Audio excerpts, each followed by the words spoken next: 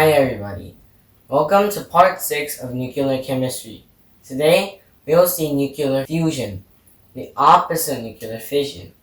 Now this is literally just a drawing of nuclear fusion reactors.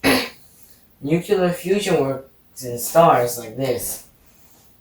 Well, stars literally have the mass to fuse. So since a star's gravity is so massive, the gravity pulls a huge force towards the core, since the core is at the center. But because without any fusion and radiation pressure from the core, it's going to collapse into some kind of dense ball of nothing. That's why stars fuse. Inside the core, hydrogen fuses into helium, creating an outward force. This delicate balance helps stars live for a long time. But nuclear fusion also explains why stars die. That's because fusion energy doesn't last forever. Once it hits iron, or at least the maximum it can fuse, the star dies because of the inward pressure. Now, we've actually been trying to make nuclear fusion reactors.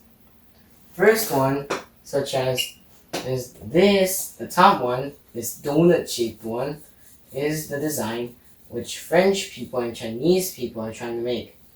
It uses strong electromagnetic fields to make a hydrogen and helium go into its plasma state, making a massive dense ball of fusion which circles around and fuses into heavier elements.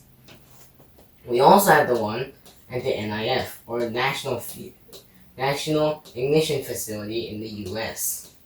It uses a lot of energy, very strong lasers to heat up the fuel pellet until it becomes hot and dense enough to fuse.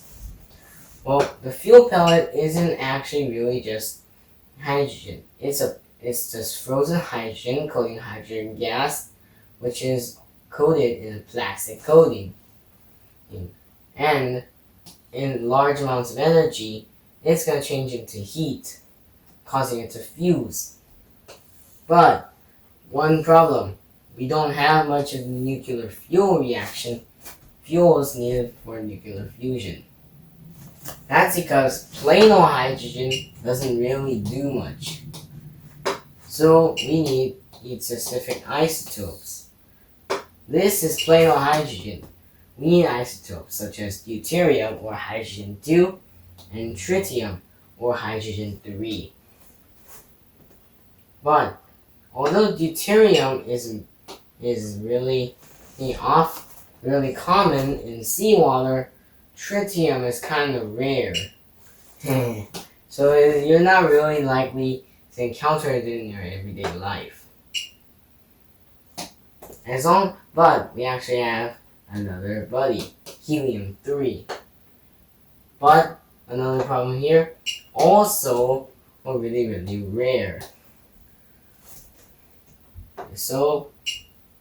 But the moon has helium-3 deposits, or at least may have helium-3 deposits. But anyway, let's see equations for nuclear fusion. For example, if I have 2 atoms of deuterium, remember, the fusion actually happens when things become hot enough to move fast, to overcome repulsion, and when the electrons split off the nucleus.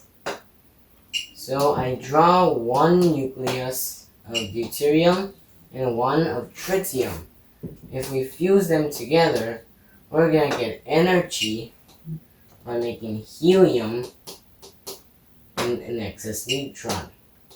Now, the excess energy is actually the binding energy of helium. So, fusing 1 or 2 atoms in a second wouldn't be enough. So, the sun does it another way. The sun fuses so much that you actually need a megaton a unit called megatons to actually measure how much the sun is fusing in a second.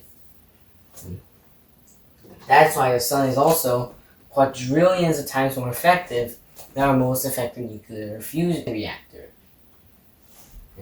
In the next video, we'll see how stars live and die thanks to nuclear fusion.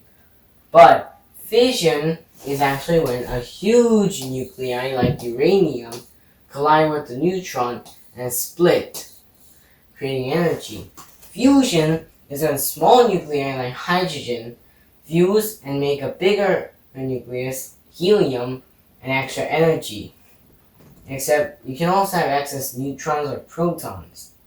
They can help extend the process. In the next video, we'll also see how stars use them and how far they can actually go in terms of nuclear fusion. Lighter the star, lighter the heaviest element it can possibly go. This was our video of Nuclear Chemistry Part 6. Thanks for watching and see you in Part 7, Interstellar Fusion. Bye!